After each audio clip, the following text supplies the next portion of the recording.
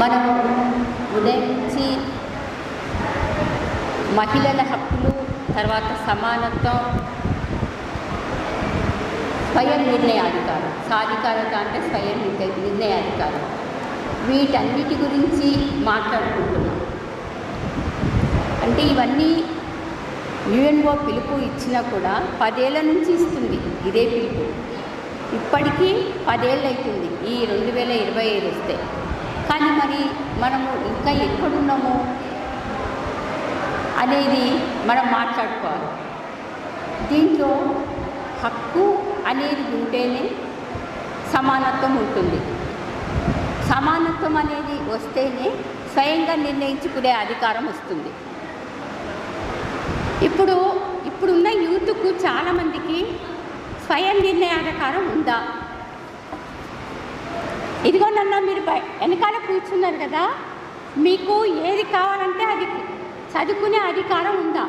ఒక్కసారి లేచి చెప్పండి ఎవరైనా. మీ ఇష్టం ఉండేది మీరు చదువుకుంటున్నారా? రేపు సరే మీరు పెరిగిన తర్వాత మీ లైఫ్ పార్ట్నర్ను మీరు ఎన్నుకుంటే ఒకవేళ అట్లా వాళ్ళ నుంచి మీకు పెళ్లి చేస్తారా? అది ఏ కులమైనా చెప్పండి, చెయ్యరు కదా.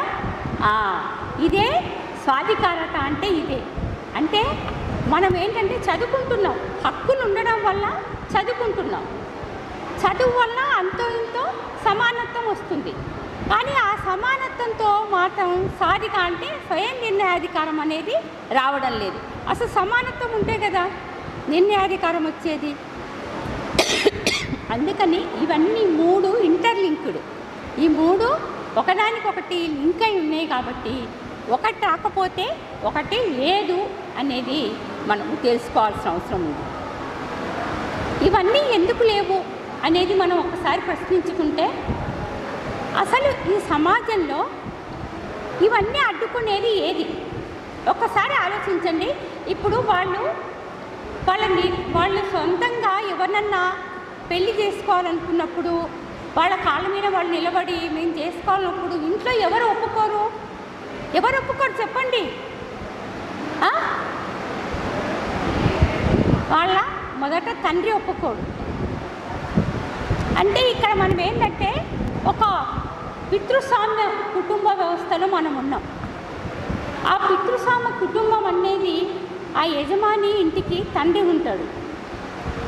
ఆ తర్వాత ఏంటంటే పెళ్ళి అయిపోయిన తర్వాత ఆమెకు భర్త ఉంటాడు. ఓల్డ్ ఏజ్ అయిన తర్వాత కొడుకు రూపంలో వస్తారు.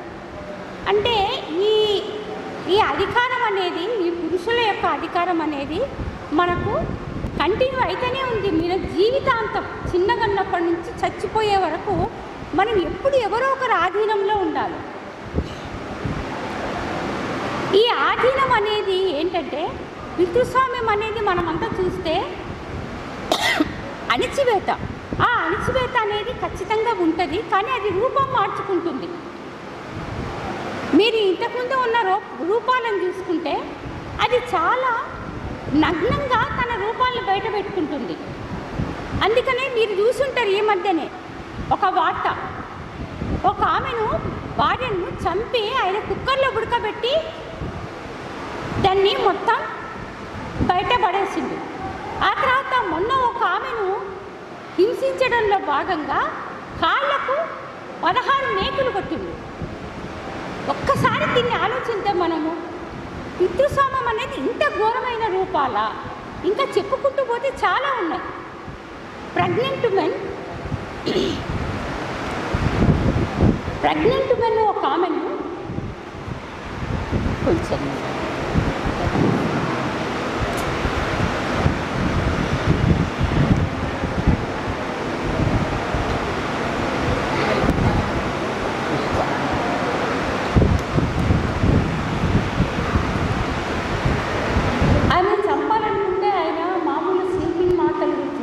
చంపొచ్చు భర్త.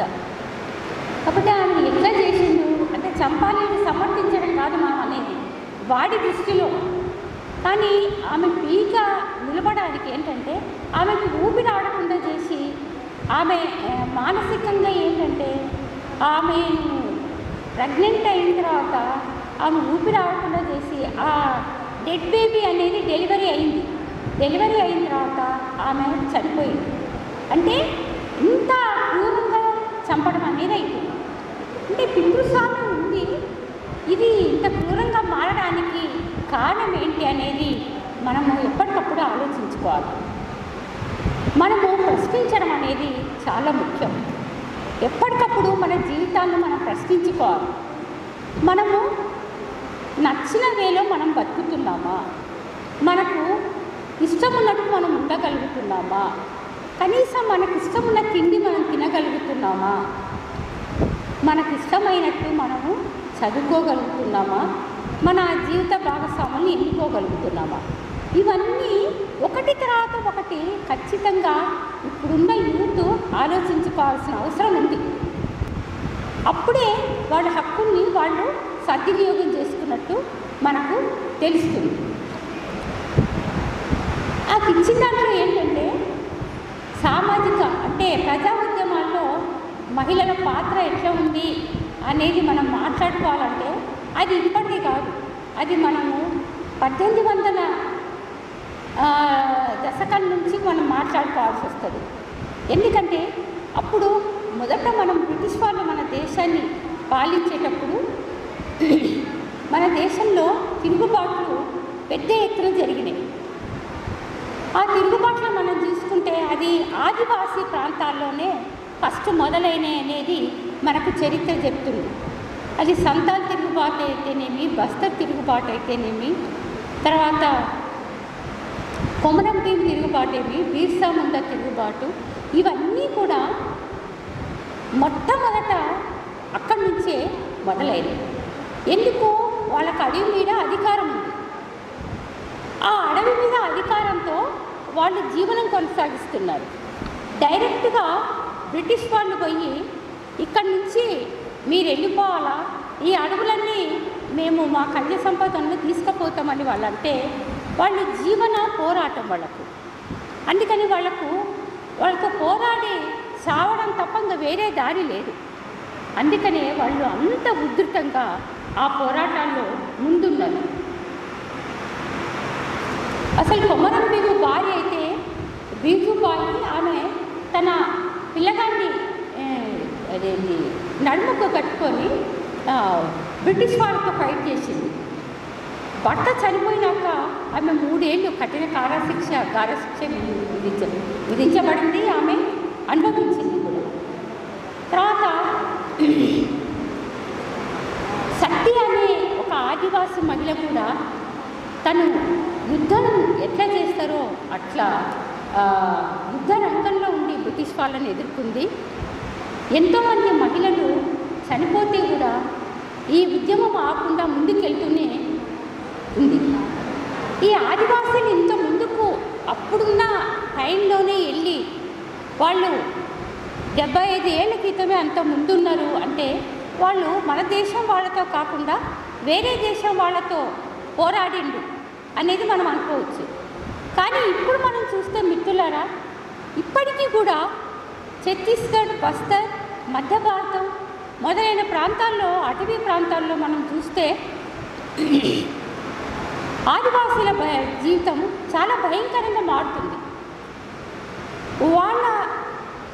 వాళ్ళు చేసే పోరాటానికి అండగా అక్కడ ఒక మావోయిస్టు ఉద్యమం అనేది ఉంది. వాళ్ళు ఏంటంటే ఇక్కడున్న ఖనిజ సంపద మాది, ఇక్కడున్న భూములు మావి, ఇక్కడున్న జీవనోపాధి మాది అని వాళ్ళు ఫైట్ చేస్తుంటే వాళ్లకు అండగా ఉద్యమాలు జరుగుతున్నాయి. కానీ అది ఏమీ పట్టించుకోకుండా ఇప్పుడున్న కేంద్ర రాష్ట్ర ప్రభుత్వాలు మొత్తం ఈ ఆదివాసీలను తుడిచిపెట్టాలనే దాంతో పెద్ద ఎత్తున బలగాలను దించుతున్నాయి.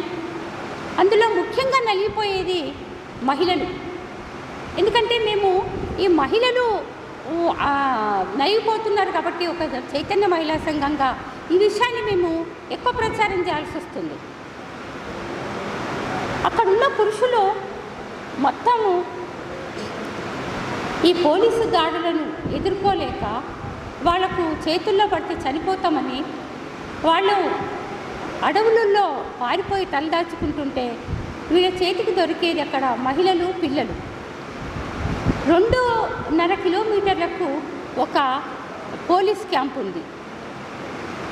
తర్వాత ఎక్కడ చిన్న అనుమానం వచ్చినా వాళ్ళ చేతుల్లో ప్రాణాలు కోల్పోవాల్సి వచ్చింది. ఏదైనా ఉందంటే అది పోరాటాలే.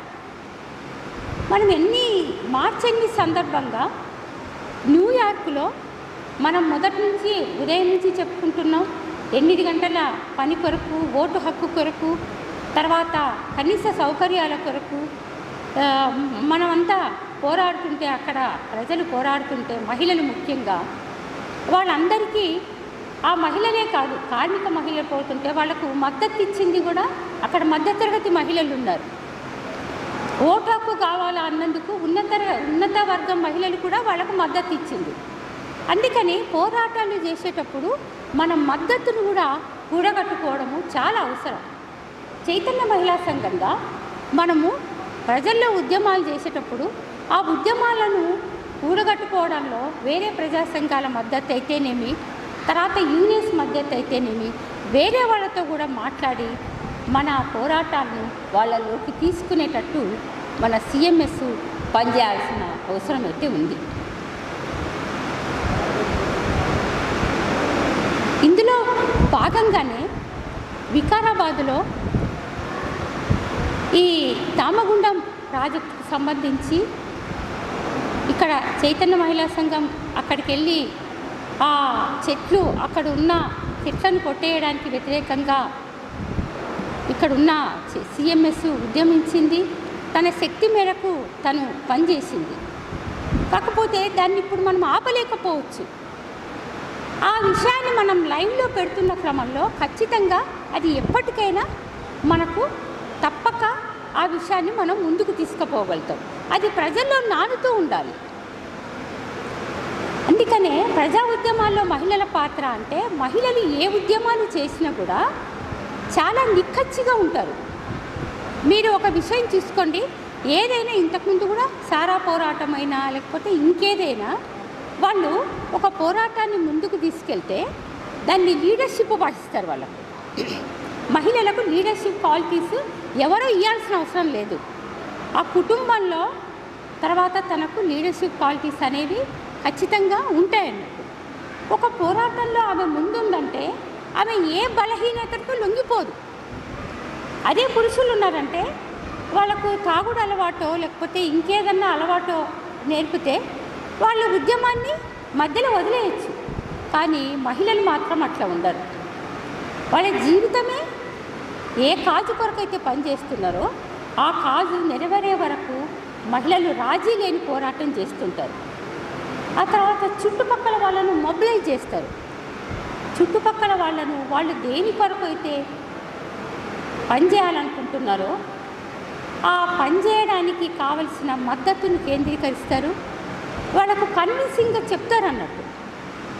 అంటే మీ ఏరియాలో ఒక బస్తీకి పోయినాం, ఆ బస్తీ ఏరియాలో కనీసము అక్కడ స్ట్రీట్ లైట్లు లేకపోవడం వాళ్ళకు నష్టం ఎట్లా జరుగుతుంది అనేది వివరించి వాళ్ళకు చెప్పగలుగుతారు మహిళలే ఆ పోరాటం చేస్తే. ఎందుకంటే వాళ్ళకు వివరించి ఉదాహరణతో సహా చెప్తారు. ఆ థింకింగు, తర్వాత క్వాలిటీసు, నేర్పరితనము, ఇవన్నీ కూడా మహిళలకు పుట్టుకతోనే వస్తాయి అనేది మనం చెప్పుకోవచ్చు. ఇప్పుడు ఈ కమిటీనే చూసుకుంటే ఇది మొదలయ్యి కనీసం 1 సంవత్సరం కూడా ఇంకా కాలేదు, వికారాబాద్ CMS కమిటీ. కానీ దీంట్లో ఎంతమంది అంటే మహిళలు ముందొచ్చే పని చేస్తున్నారంటే మాకంతా చాలా స్ఫూర్తిదాయకం వాళ్ళు. ఎందుకంటే నిజంగామైన సమస్యలు వాళ్ళకు ఉన్నాయి. సమస్యలు ఉన్నవాళ్ళు ముందుకెళ్లాల్సిందే. ఆ సమస్యలు పరిష్కారం అయ్యే వరకు వాళ్ళు ముందుకెళ్ళక తప్పదు. అందుకని ఈ ఉద్యమాల్లో మనం ముందుకెళ్తున్న క్రమంలో ప్రజా ఉద్యమాల్లో మహిళల పాత్ర అంటే దానికి ఫస్ట్ మనం ఉద్యమాల్లోకి వెళ్ళాలంటే మనకు అడ్డొచ్చేది ఏది అనేది మీరు ఒకసారి ఆలోచించాలి. మనకేంటంటే అడ్డు వచ్చేది ఇంట్లో ఉన్న పురుషుల నుంచే. మనం ఒక పని చేయడానికి వెళ్తామో, మనకి ఇష్టమైన పని చేయడానికి వెళ్తాము అంటే ఇంట్లో నుంచి మనకేంటంటే ఫస్ట్ అడ్డొచ్చేది పురుషుల నుంచి మనకు ఆటంకమే. అందుకని ఏ ఉద్యమాల్లో ముందుకెళ్ళాలంటే ముందు పురుషాధిక్యతను దాటి ఆమె వెళ్తేనే ఆ ఉద్యమంలో ఆమె సక్సెస్ అవుతుంది. అదే దాటలేనప్పుడు మనము ఆ ఉద్యమాల్లో ముందుకైతే ఖచ్చితంగా వెళ్ళలేము. ఆ నాడిని బీజేపీ ప్రభుత్వం బాగా పట్టుకుంది. అందుకని మహిళలు ఏంటంటే భక్తి అంటే ఈ భక్తి అనేది మహిళలకు ఒక వీక్నెస్, ఒక బలహీనత. ఎందుకంటే అది చిన్నగా ఉన్నప్పటి నుంచి వాళ్ళ బలహీనత కాదు, పెంపకంలో అట్లా పెంచింది. నువ్వు మంచి పూజలు చేస్తే నీకు మంచి భర్త వస్తాడు, మంచి పిల్లలు పుడతారు, నీ జీవితం బాగుంటుంది, నువ్వు పుణ్యస్త్రీ అవుతావు అని వాళ్ళకు చెప్పంగా వాళ్ళు ఆ విధంగా ఆ దేవుడికి అడిక్ట్ అయిపోయి వాళ్ళు ఒక భక్తి మార్గంలో ఉన్నందుకు దాన్ని కుంభమేళతో తర్వాత కుంకుమార్చనతో ఇప్పుడు బీజేపీ ప్రభుత్వము ఓటు బ్యాంకుగా మహిళలను చాలా బాగా ఉపయోగించుకుంటుంది. ఎందుకు వాళ్ళు ఈ భక్తి మార్గంలో వెళ్తే వాడికి పురుషాధిక్యత ఏమి ఉండదు. ఎందుకంటే నేను గుళ్ళకి వెళ్తా, కుంభమేళకి వెళ్ళొస్తాను, ఆ యాత్రలకు వెళ్తాను అంటే ఏం అడ్డంకి ఉండదు, దానివల్ల నష్టం ఉండదు. అందుకని వాళ్ళకు అవకాశం ఉంటుంది. కానీ చైతన్యవంతంగా ఉండే మనలాంటి వాళ్లకు ఈ సమాజాన్ని మార్చాలా, తర్వాత ఇందులో మొత్తం భూస్వామ్య మూలాలు ఉన్నాయి, పితృస్వామిక మూలాలు ఉన్నాయి, ఇందులో మహిళలకు గుర్తింపు లేదు, మహిళలకు స్వాతంత్రం లేదు. ఇవన్నీ రావాలంటే ఈ సమాజం మారాలి అని ఈ పెద్ద కాన్సెప్ట్ మనం పెట్టుకొని ఉన్నాం. కాబట్టి మనకు ఖచ్చితంగా ప్రభుత్వము ఆటంకాలు చెప్తుంది. ఈ ఆటంకాలన్నీ దాటి మనము ముందుకు ఖచ్చితంగా వెళ్ళాల్సిన అవసరం ఉంది. మీరు ఒకసారి రాహుల్ సాంప్రదాయాల గురించి మీకంతా తెలిసే ఉంటుంది. ఆయన మంచి రైటరు, ఆయన చరిత్రకారుడు, మొత్తం ఎన్నో దేశాలు ఆయన తిరుగుతూ ఎంతో అనుభవం గడించిండు. ఆయన కొన్ని మాటలు చెప్పిండంటే మనకు విచిత్రం అనిపిస్తుంది. అంటే ఆయన 70 ఏళ్ల క్రితం చెప్పిన మాటలు ఇప్పటికీ మనకు పనికొస్తున్నాయి. ఏమంటే ఒకటే గర్భం నుంచి స్త్రీ అమ్మాయి పుడుతుంది, తర్వాత అబ్బాయి పుడతాడు. అమ్మాయి పుడితే చాలా బాధపడతారు, అబ్బాయి పుడితే సంతోషపడతారు. అమ్మాయికి ఏంటంటే పెళ్లి చేసి పంపిస్తారు, అబ్బాయికి అవసరం లేదు. ఎందుకంటే ఆయన ఆస్తి ఈమెకు చెందుతుంది కాబట్టి అబ్బాయి ఆస్తి అనుభవిస్తాడు. అదే తల్లిదండ్రుల ఆస్తి ఈమెకు ఇచ్చిందనుకో, ఈమెకు తిండి పెట్టాల్సిన అవసరము కొరకు ఒక వరుణ్ణి వెతికి పెళ్లి చేయాల్సిన అవసరం లేదు అని ఆయన అంటాడు. అంటే పెళ్ళి అంటే ఒక బానిసను ఇంటికి తెచ్చుకోవడం, ఆయన భార్య వేషంలో అన్నట్టు. అటప్పుడు ఇద్దరి మధ్యన అంత వ్యత్యాసం ఉన్నప్పుడు ఆ ఇద్దరి సహచరుల మధ్యన ప్రేమబంధం అనేది ఎట్లా ఉంటుంది ఒకసారి మనం ఆలోచించాలి. ఆయన ఇంకో విషయం కూడా చెప్పిండు అన్నట్టు.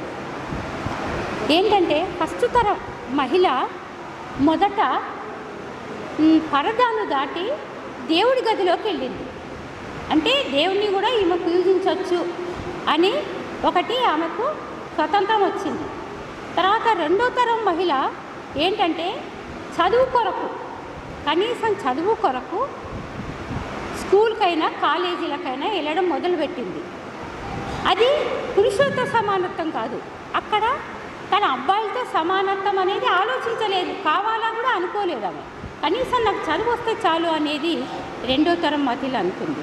కానీ ఇప్పుడు వచ్చే యూత్, ఇప్పుడు వచ్చే మహిళ, ఇప్పుడు వచ్చే మూడో తరం ఆమె ఏమనుకుంటుందంటే నాకు చదువు కావాలి, సమానత్వం కావాలి, మహిళలుగా మనం ఇంటికే పరిమితం కావద్దు, మనము ఇల్లు విడిచి బయటికి వస్తే మనకు విజ్ఞానం వస్తుంది, ఆ విజ్ఞానంతోనే విషయాలు తెలుస్తాయి. కొన్ని ఏరియాల్లోకి పోతే అక్కడ ఏంటంటే ఇళ్ళ దానిల కొరకు, ఇళ్ళ పోరాటాల కొరకైనా, తర్వాత ఇల్లు కూల్ చేస్తున్నప్పుడైనా పోతే అక్కడంతా మహిళలే ఉంటారు.